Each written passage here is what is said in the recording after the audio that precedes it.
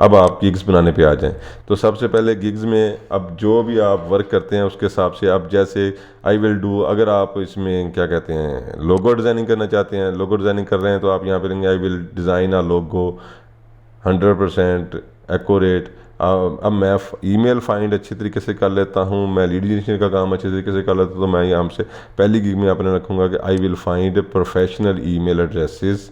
यह ज़्यादा बड़ा भी नहीं होना चाहिए और ज़्यादा छोटा भी नहीं होना चाहिए, जो आपकी स्किल्स को अच्छी तरह एक्सप्लेन कर दे, आपने वो टाइटल देना है, ताकि क्लाइंट को जैसे ही टाइटल दे उसे पता चल जाए, देखे उसे पता चल जाए कि भाई ये मेरा काम अच्छे तरीके से कर सकता है। अब यहाँ से आपने कैटेगरी सेलेक्ट करनी है, इसमें काफ़ी सारी कैटेगरीज हैं, लेकिन जो आपको बेस्ट मैच करती है आपने वो कैटेगरी सेलेक्ट करनी है। इसमें कुछ कैटेगरीज ऐसी हैं जिसमें वो टेस्ट की डिमांड करता है कि हम इसका टेस्ट दोगे तो आप आगे जाओगे, नहीं तो नहीं आपकी गिग बन सकती। तो इसलिए सबसे पहले हम ऐसी चीज़ें करते हैं जिससे आपको अंदाज़ा हो जाए कि भाई ये चीज़ मैंने नहीं करनी, ताकि इसके लिए टेस्ट ना देना पड़े। अब टेस्ट देने का क्या तरीकाकार है वो भी अगली वीडियो में आपको बता दिया जाएगा, लेकिन अभी जो है इसमें हम आपको बता रहे हैं। ये देखिए मैंने सेलेक्ट कर लिया है अदर्स और बिजनेस, तो इसमें अब सर्च टैग, ये सर्च टैग्स ऐसी चीज़ें होती हैं, ऐसे कीवर्ड्स होते हैं जो आप लगाएंगे, और ऐसे कीवर्ड्स होने चाहिए जैसे ही वो आपके ज़हन में वो चीज़ें होनी चाहिए जो कोई दूसरा क्लाइंट या कोई दूसरा हमारी प्रोफाइल को ढूंढने के लिए कोई कीवर्ड लगाए तो हमारी प्रोफाइल सबसे पहले उसके सामने आए, पहली रो में या दूसरी रो में, पहले पेज पे आनी चाहिए। ऐसे कीवर्ड्स होने चाहिए कि वो अगर लगाए तो हमारी प्रोफाइल ही जाए, किसी और की प्रोफाइल ना जाए। अब मैं यहाँ पे मैंने ईमेल फाइंड करता हूँ तो मैंने ईमेल फाइंडर लिख दिया, लीड जनरेशन का काम करता हूँ लीड जनरेशन लिख दिया, ईमेल वेब सर्च या वर्किंग ईमेल्स, ठीक है। ऐसे कीवर्ड्स होने चाहिए जो कि क्लाइंट को अट्रैक्ट ना करें, लेकिन वो आपकी प्रोफाइल को अट्रैक्ट करें। कि क्लाइंट अब लिख देता है कि अब उसने ऐसा बंदा ढूंढना है कि जो कि ईमेल फाइंड करके देता हो, तो वो जाहिर सी बात है ईमेल लिखेगा तो हमारी प्रोफाइल उसके सामने आ जाएगी, दूसरी पहली तीसरी लाइन में पहले पेज पे ज़रूर आएगी। लेकिन ये ज़्यादा बड़ा भी नहीं होना चाहिए कि 20 कैरेक्टर से बढ़ जाए। अगर 20 कैरेक्टर से बढ़ जाए वो एक्सेप्ट नहीं करेगा। तो इसलिए अब मैंने इसमें जानबूझ के एक 20 कैरेक्टर से बड़ा हिंसा लिखा है, ताकि वो हमें आपको, अब उसने मुझे कहा कि to can not contain tags with more than 20 characters. आप इसमें 5 टैग्स लगा सकते हैं, लेकिन 20 कैरेक्टर से बड़ा कोई भी टैग नहीं होना चाहिए। तो अब मैं इसको थोड़ा सा चेंज कर दूंगा, ताकि कॉन्टैक्ट लिस्ट लिख दूंगा या कॉन्टैक्ट फाइंडर लिख दूंगा, ताकि वो एक तो छोटा हो जाए और कीवर्ड भी ऐसा हो जो कि क्लाइंट लिखे तो हमारी प्रोफाइल आगे आ जाए, ठीक है। अब मैंने किया, वो उसने एक्सेप्ट कर लिया है, ये चेंजेस सेव्ड हो गई हैं। ये है पहला पेज, हमारा ओवरव्यू तैयार हो गया। अब प्राइसिंग की बारी है। प्राइसिंग में सबसे पहले हमारे पास अभी इसलिए कि न्यू प्रोफाइल बनाई है तो हमारे पास सिर्फ बेसिक शो हो रहा है, बेसिक।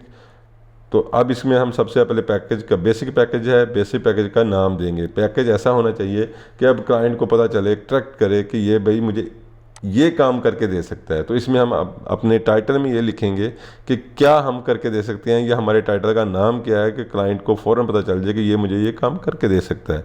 तो अब मैं उसको ईमेल फाइंड करके देता हूँ या वर्किंग ईमेल फाइंड करके देता हूँ, तो मैं यहाँ पे लिखूँगा कि मैं आपको 50 वर्किंग ईमेल फाइंड करके दे सकता हूँ या वर्किंग कॉन्टैक्ट्स फाइंड करके दे सकता हूँ। वो हमने अब उसका टाइटल रख लिया। अब डिस्क्रिप्शन, अब इस 50 कॉन्टैक्ट्स में हम उसके साथ क्या क्या चीज़ें दे सकते हैं, पैकेज में हम उसको क्या चीज़ें देंगे। एक तो फाइंड करेंगे इसमें हम ईमेल, 50 ईमेल्स, ठीक है। दूसरी चीज़ होगी एड्रेसेस, वेबसाइट, लिंक्डइन यूआरएल और इस तरह की एड्रेसेस वगैरह, फ़ोन नंबर, उसका टाइटल, बंदे का नेम, ये सारी चीज़ें। अब अगर आप लोगो डिज़ाइन कर देते हैं, लोगो डिज़ाइन या कोई और काम करके देते हैं, तो आप उसके बारे में इसमें थोड़ी सी तफसील 3-4 लाइनों की लिख देंगे, ताकि क्लाइंट को पता चले कि यार ये मैं जो इसका पैकेज ये ख़रीद रहा हूँ, इसमें मुझे ये क्या क्या चीज़ें मिलेंगी और किस तरह मिलेंगी, कितने दिन में मिलेंगी, वो तो बाद की बात है। उसमें हम उसको डिलीवरी टाइम देंगे, ठीक है। इसमें अब मैं उसको ईमेल फाइंड करके देता हूँ या कंटैक्ट डिटेल फाइंड करके देता हूँ, तो मैं जो चीज़ें उसको फाइंड करके दे सकता हूँ मैं उसको इसमें लिख दूँगा। अब डिलीवरी टाइम 50 के लिए तो 1 या 2 दिन होने चाहिए, मैं 1 दिन लिख देता हूँ। अब इसमें रिवीजन है, कितनी रिवीजन, कितनी बार मैं उसको रिवाइज़ करके दे सकता हूँ, 1 या 2 दफ़ा, वो आप 1 लिख लें या 2 दफ़ा लिख लें, वो आपकी मर्ज़ी है। अब ये 50 कंटैक्ट्स हम कितने डॉलर में उसको ढूंढ के देंगे, हम उसको देते हैं $5 में। तो आप अगर $5 में नहीं दे सकते, आप $10 कर दें, 8, 7 जितने में आपका दिल करे आप उतने कर सकते हैं। ठीक है, अब यहाँ पे मैंने सेव किया, तो अब प्राइसिंग इसकी कंप्लीट हो गई है। अब गिग्स की डिस्क्रिप्शन होगी और उसके मतलब क्वेश्चंस हैं, तो वो हम इसमें लिख देंगे। तो जैसे हमने वहाँ से अब बताया था आपको कि किसी की कॉपी भी कर सकते हैं या आप ख़ुद भी लिख सकते हैं, जो आपको, अगर आप अच्छी इंग्लिश के माहिर हैं तो आप उसमें आप एडिट कर सकते हैं अपने बारे में, और अपनी गिग के मतलब मैं क्या क्या चीज़ें किस तरह ढूंढ के दे सकता हूँ, इसमें कौन कौन से काम हो सकते हैं, ये सारी चीज़ें आप उस गिग में लिख देंगे। ये आप 1200 कैरेक्टर्स तक इसमें लिख सकते हैं। इसके बाद फैक्ट्स एंड क्वेश्चन है, अगर आप कोई सवाल ऐसा पूछना चाहते हैं अपनी गिग से मुतल्लिक, उसे समझ ना आ रही हो, तो वो आप उससे पूछ सकते हैं, वो आपको उसमें जवाब देगा जब आपकी वो पैकेज खरीदेगा। अब आपकी डिस्क्रिप्शन कंप्लीट होगी। अब रिक्वायरमेंट्स हैं, रिक्वायरमेंट्स आपकी क्या होनी चाहिए इस गिग्स के मतलब, यानी कि क्लाइंट से आप क्या डिमांड करते हैं कि वो आपको क्या चीज़ दे ताकि आप उसका काम कंप्लीट कर सकते हैं। जैसा कि आप अगर किसी का लोगो बनाना चाहते हैं, तो सबसे पहले आपको उसकी कंपनी का नाम पता होना चाहिए, उसका कोई अगर बना हुआ है पहले से लोगो, उसके मतलब वो आपको कोई स्क्रीनशॉट भेज दे, उसके मतलब आप इधर लिख सकते हो कि मुझे वो चीज़ें दे। अब मैं एक काम करता हूँ कॉन्टैक्ट फाइंडिंग का, तो मैं सबसे पहले उसे कहूँगा कि मुझे अपनी ब्रीफ डिस्क्रिप्शन दो कि आपको चाहिए क्या, यानी कि आपको अगर बंदा चाहिए तो कौन सा चाहिए, कंपनी चाहिए तो किस किस्म की कंपनी चाहिए, उसकी लोकेशन क्या होनी चाहिए, ये सारी चीज़ें आप इसमें लिख सकते हैं। ठीक है, और अगर उसके पास कोई लिस्ट तैयार है तो मैं उसे कहूँगा कि मुझे वो लिस्ट सेंड कर दे, ताकि मैं उस लिस्ट के हिसाब से उसको ईमेल फाइंड करके दे सकूँ, या उसका लिंक्डइन फाइंड करके दे सकूँ, या address, contact detail, phone number, any other things जो भी उसको चाहिए होंगी। तो इसमें अभी मैं थोड़ा सा लिख के उसको शॉर्ट क्वेश्चन बना दिया। अब वो पूछ रहा है कि आपको जो ऊपर वाली चीज़ें चाहिए वो किस फॉर्म में चाहिए, फ्री टेक्स्ट चाहिए, मल्टीपल चॉइसेस होने चाहिए, या अटैचमेंट होनी चाहिए। मैं उसको अटैचमेंट करके देता हूँ। आप फ्री टेक्स्ट भी कर सकते हैं, मल्टीपल चॉइसेस भी कर सकते हैं। तो इससे आप, अब ये कंप्लीट हो गया हमारा। तो अब आगे हम आ जाते हैं गैलरी में। गैलरी में आप अपने काम के मतलब पिक्चर्स लगा सकते हैं, वीडियो बना के लगा सकते हैं, या कोई पीडीएफ फाइल है वो लगा सकते हैं। सबसे पहले उसमें हमसे मंगा है पिक्चर, तो मेरे पास पहले मेरे काम की 2 पीडीएफ वो पड़ी हुई हैं, स्क्रीनशॉट्स पड़ी हुई हैं, तो वो मैं यहाँ पे ऐड कर दूँगा। ब्राउज़ पे जाके आप उसको ऐड करेंगे तो वो आपको आपके कंप्यूटर में ले जाएगा। तो यहाँ से आपको फिर दूसरे 3 तस्वीरें लगा सकते हैं आप एक गिग में।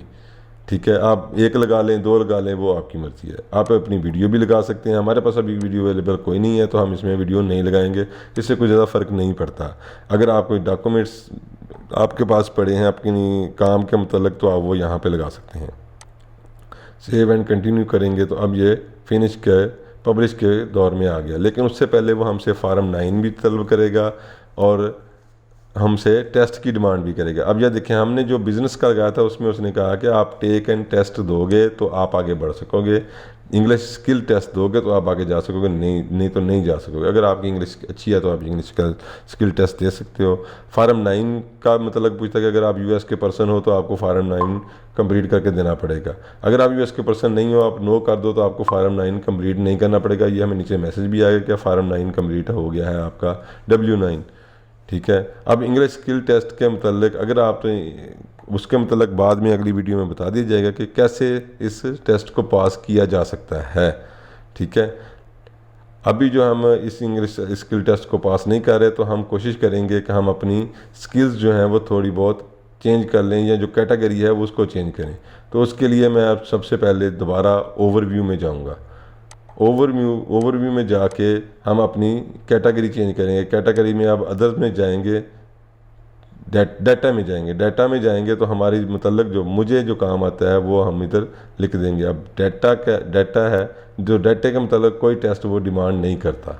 ठीक है, तो इसमें हम अब डाटा एंट्री का काम करते हैं, तो इसके मतलब वो हमें, लेकिन इसके लिए हमें गिग मीटा डाटा मुकम्मल करना पड़ेगा कि कौन से टाइप है आपकी, कॉपी पेस्ट है, डाटा कलेक्शन है, कन्वर्ट डाटा है, इस तरह 2-3 चीज़ें हैं। आप उसके लिए आप कौन कौन से टूल यूज़ करते हैं? एक्सेल यूज़ करते हैं, गूगल शीट, अदर स्प्रेडशीट, ये 3-4 चीज़ें जो हैं आप यूज़ करते हैं, तो आप इसको सेव एंड कंटिन्यू कर देंगे तो ये आपका एक्सेप्ट हो जाएगी। अब आप सबसे अब फिर दोबारा उसी दौर से गुजरेंगे बारी बारी, तो हम इसको सेव एंड कंटिन्यू करते जाएंगे तो दोबारा हम पब्लिश पे आ जाएंगे।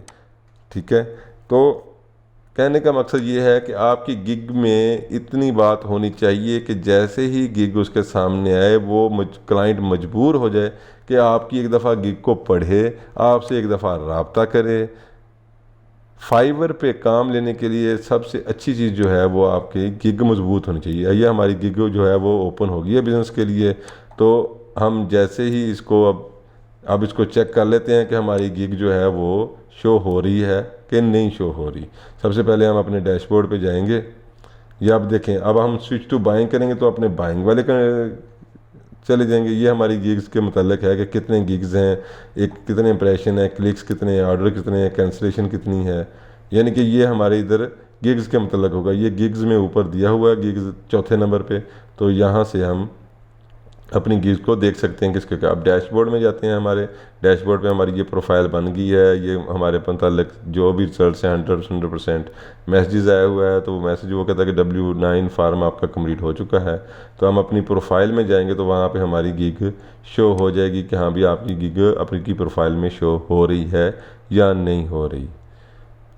ये हमारी गिग $5 की शो हो रही है। इसी तरह आप दूसरी गिग भी बना सकते हैं, तीसरी भी। आप 3 से 4 गिग्स अभी पहले लेवल पे आप 3 से 4 गिग्स बना सकते हैं। 3 से 4 गिग्स बनाएंगे, जितनी आपकी गिग्स ज़्यादा होंगी उतने आपको काम मिलने के ज़्यादा चांसेस होंगे। तो अगली वीडियोस में हम आपको बताएंगे कि कैसे डेटा एंट्री का या ईमेल फाइंडर का या लीड जनरेशन का काम कैसे करते हैं। इसके लिए आपको कौन कौन सी एक्सटेंशंस चाहिए, या आपको किस किस जगह पे अपनी प्रोफाइल को शो करवाना पड़ेगा, और कैसे कौन सी किस जगह पे आप काम करते हैं, यानी कि आप एक्सेल में काम कर सकते हैं, स्प्रेडशीट में काम कर सकते हैं, या आप किस जगह पे काम कर सकते हैं। अगली वीडियोस तक अल्लाह हाफिज़, थैंक यू।